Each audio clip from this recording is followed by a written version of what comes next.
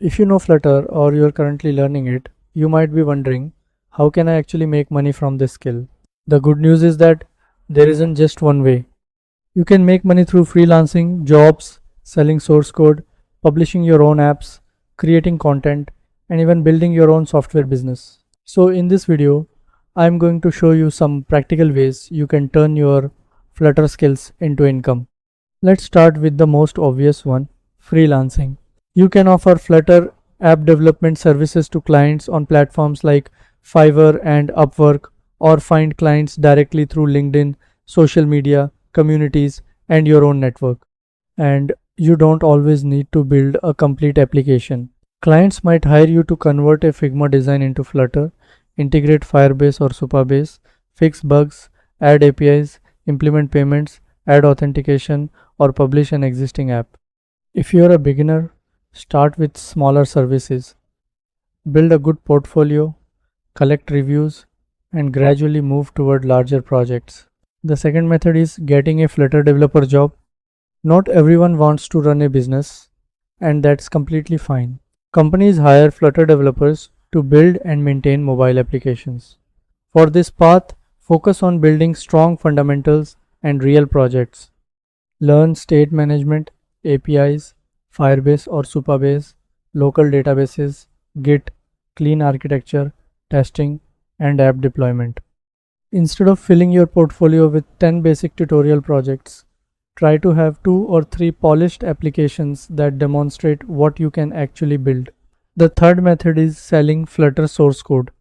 This is one of the most interesting options because you can build something once and potentially sell it multiple times.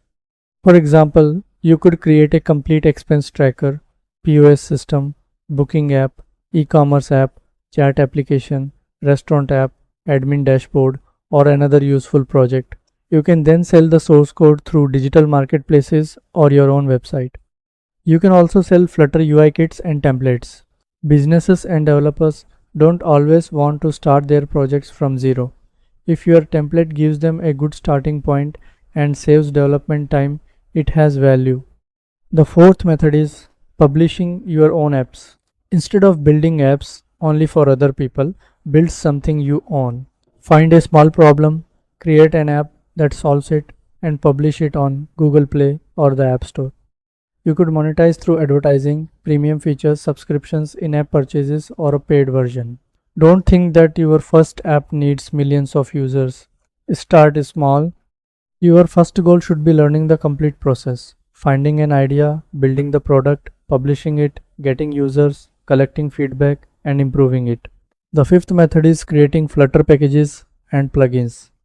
If you build something useful that other developers repeatedly need, you can turn it into a reusable package. Flutter officially supports creating and publishing packages and plugins, including packages with platform-specific Android and iOS functionality.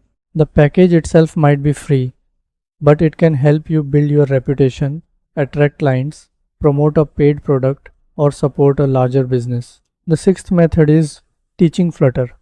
Once you understand something well, you can teach it to someone who is one step behind you. You could create YouTube tutorials, online courses, premium source code memberships, blog posts, ebooks, or paid mentorship. You don't need to know everything about Flutter before creating content. For example, if you have successfully built Firebase authentication, you can create a tutorial showing other developers how you did it.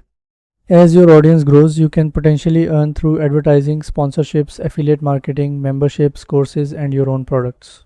The seventh method is building your own business. This is harder, but it also has the biggest potential. Instead of selling your development time, use Flutter to build a product. It could be a subscription app, SaaS product, business management system, booking platform, educational application, productivity tool, or something designed for a specific industry. Flutter lets you target multiple platforms from one codebase, which can be useful when you are building products with limited resources. And now AI makes this even more interesting. AI coding tools can help you generate boilerplate, understand errors, create tests, implement features, and speed up repetitive development work. But don't make the mistake of thinking AI means you don't need Flutter skills anymore. The better you understand Flutter, Dart, architecture, APIs, databases, and debugging, the better you'll be at reviewing and improving AI generated code. So which method should you choose?